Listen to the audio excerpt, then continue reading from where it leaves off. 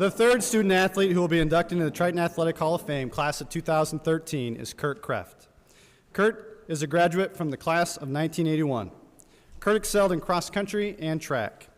Curt had a distinguished career at Triton High School and also at Liberty University. Curt was the MVP of the cross country team in 1980 and 1981. He was the NSC cross country champion in 1979 and 1980. He was also a regional qualifier in 1980. Curt's track career included MVP honors in 1980 and 1981. He was also the Marshall County meet high point man those same years. Curt won the NSC 1600 meter in 1981. He once held the Triton 3200 meter record at 10 minutes and 2 seconds, and currently holds the Triton 800 meter record with a time of 1 minute 56.2 seconds, and the 1600 meter run record at 4 minutes 20.3 seconds. Ron Smith, former Triton cross country coach and Hall of Fame member himself, had this to say about Curt. Curt was a great leader. He wasn't a rah-rah leader, but rather led by his example. His positive attitude and commitment to excellence was modeled to those around him. Whether he was winning or losing, he was always a gentleman and cared most about his team.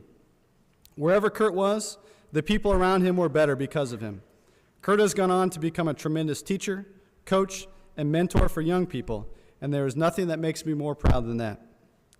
Curt earned a scholarship to run cross country and track at Liberty University in Virginia. Curt experienced a successful career at Liberty as a cross country national qualifier 3 years. He was also named to the Mason-Dixon cross country all-conference team. Curt also excelled in track at Liberty and received the Liberty Track Most Inspirational Award in 1984 and the Liberty Track MVP Award in 1985. Curt was a national qualifier in the 1500 meter in 1982, 83, 84, and 85, placing as high as 9th place at the national meet. He was a one-time record holder in the indoor 1500 meters at 3 minutes and 51 seconds, and also the indoor mile at 4 minutes and 7 seconds. Curt also once held the Liberty Outdoor 1500 meter record with a time of 3 minutes and 51 seconds.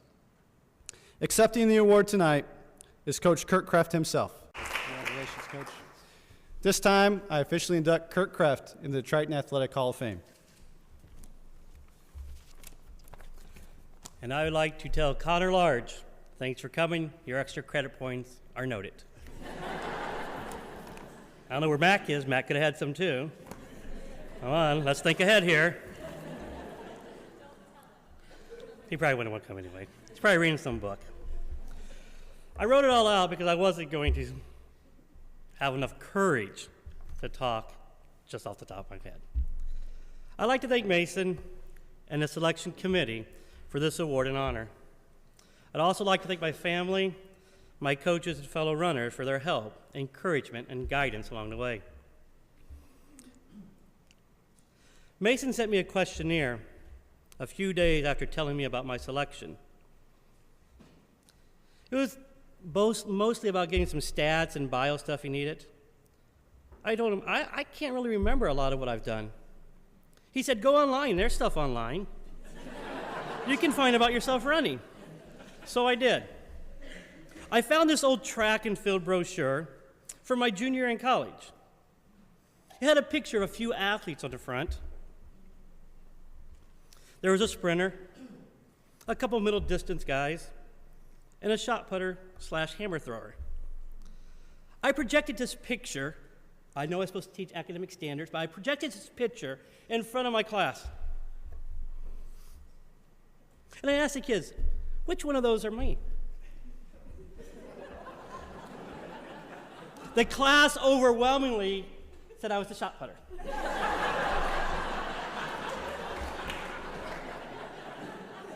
So if you can't imagine me being a runner, I understand. My own kids can't. So that's when I bring out the pictures. But I didn't bring pictures tonight. I posted them online, Facebook. Go there and look. Okay, really I didn't, but just try to think of me as a boy about 5'4", 120 pounds. When Mason called me in November and told me about my selection, I thought to myself, if he only knew If the selection committee only knew the real kid they're giving this award to, they might have thought twice about selecting me. Because when I think of the Hall of Fame, I think of the athletes that have been inducted, the guys and ladies. They're true standouts. Boys that were sure of themselves. Team players, leaders, those who were dedicated, hardworking, confident, those who had hearts of champions. Unfortunately, that's not my story. Tonight, I've decided to tell you what was the real drive behind my so-called success: fear and pride. Now, this fear and pride wasn't demonstrated with actions that were embarrassing to my team or coaches, but were demons from within that held me captive, that wouldn't let me pour my whole heart into my running for fear that it would become so much about me, and yet really wanting it all about me. I was raised in a loving, secure home by a mom and dad that attended most of my activities and supported most of my interests. There was no pressure from my parents to be something or someone, just myself, as long as I did my best. There were no incentives for an extra outstanding performance in school academics or athletics. There were no monetary rewards for good grades or extra time toiling for poor grades. There were no carrots dangled in front of me for a win or harsh words for punishment or lack of performance. There really wasn't any pressure or hype, just presence. Thanks. However, even with that acceptance from my parents, I felt great fear that I would not meet up to the challenges of my brothers. And at school, I wouldn't be accepted by my peers unless I was just like everyone else or could do something really well. I remember a day in first grade, just like yesterday.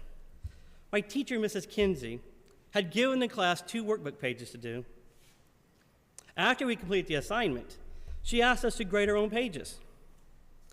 As she went over the answers, I noticed I was missing more than those around me. Then she asked the unthinkable. When she called your name, you were to tell your grade. If you missed 0, A. If you missed 1, B. 2, C. 3, D, and more than 3, and F. I was staring at a D and F paper. Then she started calling names. Shelley Anderson, A. Jeff Baker, A, B. Jack Carpenter, A. Now, I'm not sure those were Jack's real grades, but he was pretty smart, so they probably were. Mildred Cormican, A. Mike Davis, B.A., and so on down the list. When Mrs. Kinsey called my name, what was I supposed to do? I said, A, B. I had succumbed to peer pressure and the need to fit in and be accepted. I had to, above all, save face. Needless to say, I now lived in fear. Fear of being found out by the teacher that I had lied. Fear that my classmates would know I wasn't that smart. Fear that my parents would be so disappointed to know their son hadn't told the truth. Fear that I couldn't or wouldn't be accepted unless I was just like everyone else. That fear and need of acceptance would be motivating factors in my running. Living in a house with 3 older brothers, all of us within 5 years of each other, was challenging. My brothers were competitive, and being the youngest, I knew exactly where I was, the bottom of the totem pole. They were better than me in everything, whether it was throwing a bale of hay 6 high in a wagon, being a big hunter, playing ball, or saying memory verses. They were always stronger, faster, and smarter than I was. So it soon became my unspoken goal to be good at something that was mine to control. I felt that if I could just be good or great at something, then I'd feel more accepted and have the praise of family and friends. I thought, to be on top of something. a place where people would notice me. So when 5th grade basketball was offered, I thought, great, this is my moment. However, after 2 years, Mr. McBride kind of made it clear I wasn't going to be a starter, let alone a star. So I decided to hang up my shoes, my gym shoes. Anyway, I wanted to go hunting during that time, I told myself. I didn't need basketball. However, during those same 5th grade and 6th grade years, I noticed at recess time that I was maybe one of the faster boys in class. There was a girl named Sherry Alt. She was faster than everybody, but she was moving to Warsaw soon, I heard. So maybe I could be the fastest in the class. So as I prepared to join junior high track in cross country, it was all about what running would do for me and how it could make me look to people and my peers. Now, the fear of failure, the fear of getting lost, the fear of being not able to finish were very real to me during those days. But the idea of being praised and noticed was more real. I remember going to a high school summer run with my brother. When we got to the high school runners had decided that they'd run to Plymouth. They'd run to Plymouth and surprise Coach Smith. As we were running, I can remember a real sense of panic and fear. I had to keep up. I was going to get lost. Then, wrong page, sorry. Then I wouldn't be able to find my way to Plymouth. So I kept up with them the whole way, even though I thought I'd die. Fear drove me on. Pride pushed me. I really don't remember much about my success or failures, or achievements or lack of achievements in junior high. I just kind of remember I was better than my teammates. Pride. It gave me status. Oh, how shallow.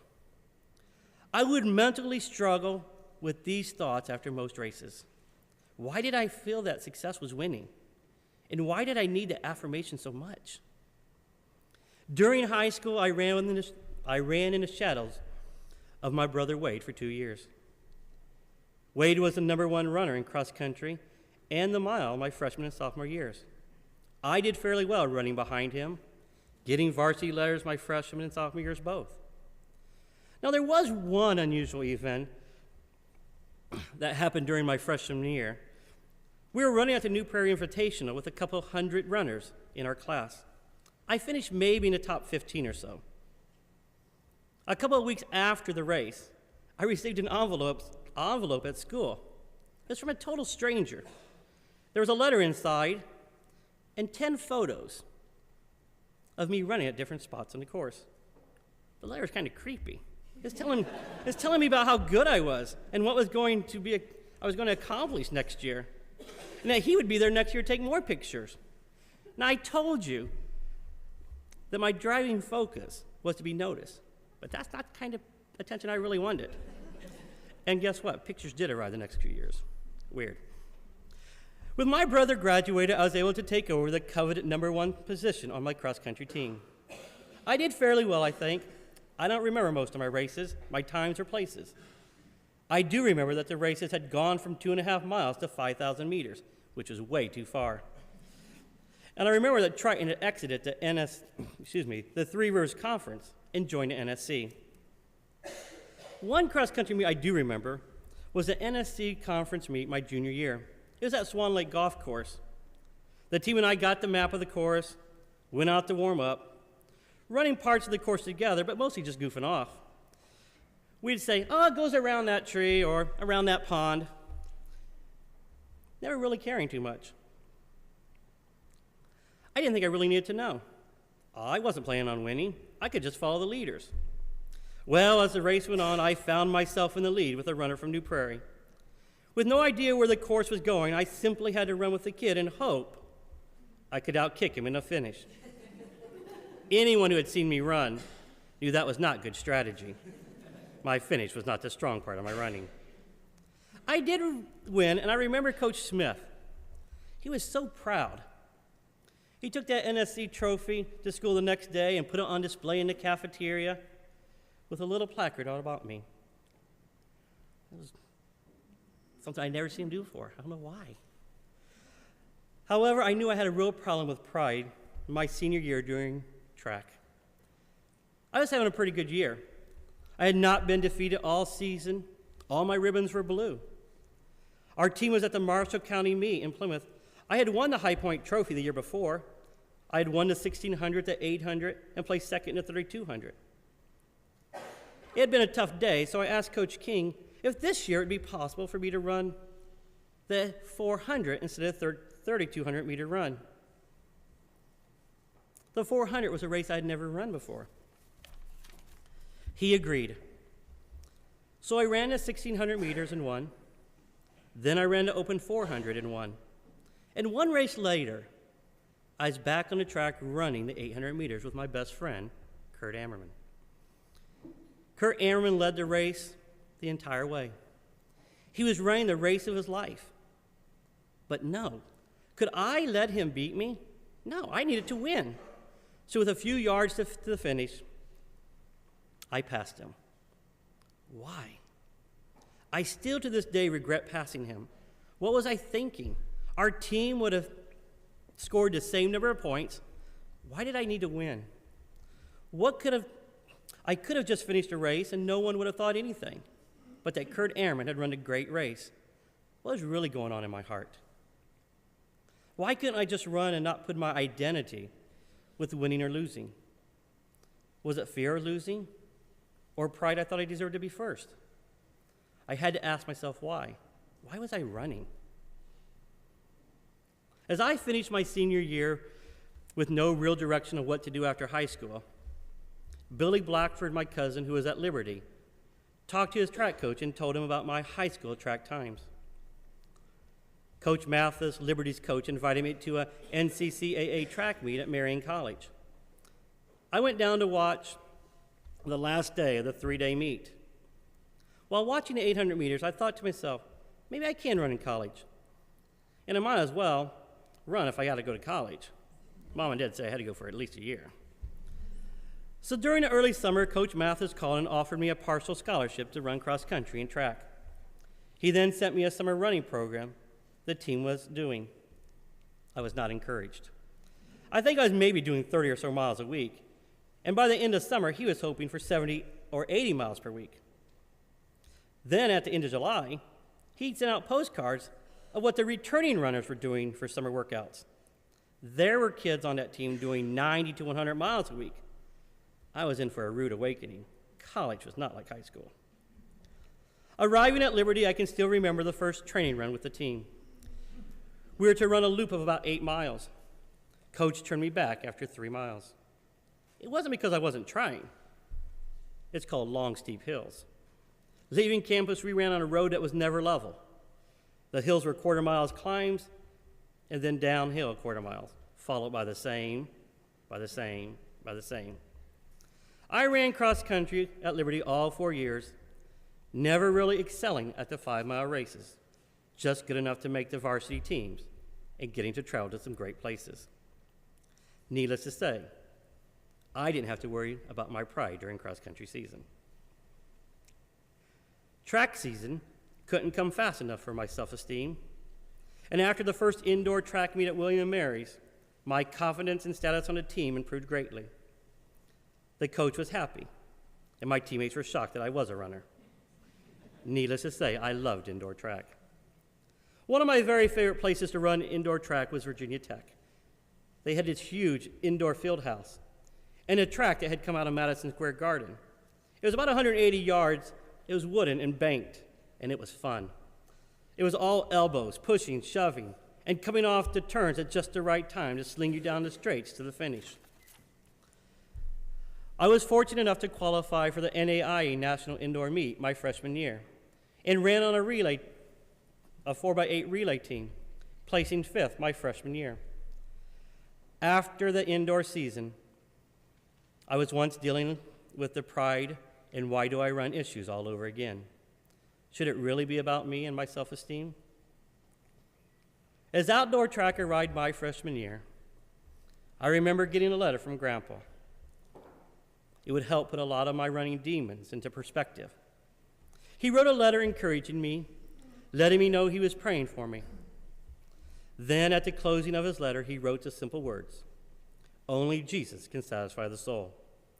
Those were really freeing words for me, Running wasn't the answer to my seeking of trying to find life in the success of running or the approvals of others. The answer to my struggle wasn't another slap on the back, another victory or new PR. That wasn't what was going to be what filled me. Grandpa was right. My relationship with God could be enough for everything I was seeking. Outdoor track was a lot of fun. We ran at some great places like Duke and North Carolina State, University of Tennessee, Florida State, and I must have done okay because Coach offered me a full scholarship after that year. There were so many good and memorable moments running in college. Once I had that freedom to enjoy running and not always thinking about self-worth, being connected to it. One memory I have of running was at Appalachian State. Now, there's no more notes there. I have to go freestyle now. I don't know what that's going to mean. I don't know. We were running Appalachian State, and it was a cold Saturday. So cold that we built a fire underneath the stadium side so we could keep warm. And a college track meet, you're there not for 3 or 4 hours. You're there 8 hours at least. And it was pouring down rain. And they called a 1,500-meter run. And there's about 12 schools there. So you line up there, and there might be 20 kids on the back stretch, and you take off. I usually like to run from the front, so I went right to the front. Around the first corner, I remember getting my leg clipped behind me. Once your leg clipped like that, ask Morgan Houston, you're going down. I went down. And the tracks we ran on college were very slick. And so you kind of just fell and you started sliding. And I can remember sliding on my back as a Wake Forest kid plants his foot right on my chest. Boom, right there. So I get up and I finish a race. But the teammates were really impressed because now there were 6 holes in my chest bleeding. Those are the good memories. Now, I'd be lying to tell you that those thoughts and hang-ups about pride and self-worth were never and are never problems anymore. But somehow the truth of what Grandpa has said helps me and keeps it in perspective. I would like to conclude with one final story, my last collegiate meet, the NCAA Division II Championships in California. We had graduated from college, and we headed to LA. I was engaged to be married, and my wife was on the girls' track team. We got there a week early, ran a meet in Palo Alto, and then went to the national meet. I'd been to quite a few national meets, and I really thought this would be the year I can do it. I ran, qualified for the final. In the final race, I placed 9th, sorely disappointed. My girlfriend ran. About 2 hours later, she placed 2nd. She comes up, and she's so excited. Pumped, she's All-American. I can remember to this day being a jerk. It's like, why couldn't I rejoice with her? But no, it's still about me.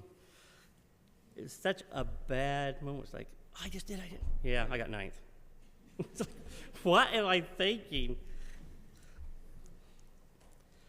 I don't know. I don't know about athletics. It was a challenge my whole life. What do I do with it? How do I fit into my worldview, my Christian life? I don't know. Finally, Mason, I want to say thank you. Thanks for doing this. Because I think if you see me and you see my picture, whatever, you think, wow, that's a great runner. But the turmoil in my soul was never easy doing this. It has been a hard road and something I struggle with today. Why does that have to be about me? So thanks. Thanks for letting me share that. I'd also like to thank my coaches, Ron Smith and Bob King. They pushed me. Bob King's workouts were as hard as college. They were terrible. And especially my family. They've heard my stories. They know what I'm like. Thank you for being there. And I'd like to thank God for the talent of running. I didn't deserve it, but he used it as a path to help me understand myself better, and eventually to him. Thank you.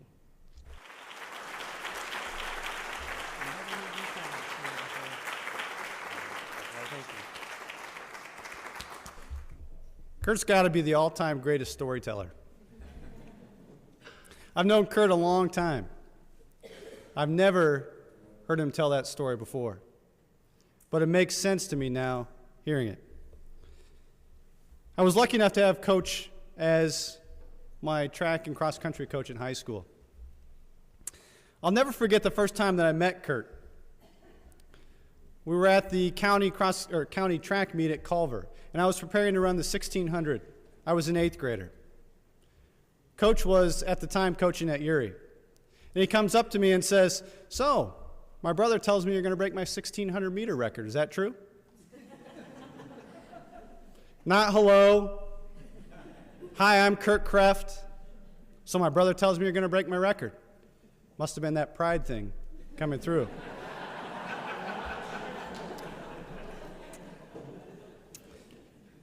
It seems like a strange greeting, I know, but when you get down to the heart and soul of Curt Kreft, you realize it's just who he was. I wish I could tell you that I was able to break his record, but I wasn't. I did come close. And the more I think about it, the more I wonder, especially now after hearing the story tonight, if that pride thing came through again and he altered my training to ensure that I didn't get it.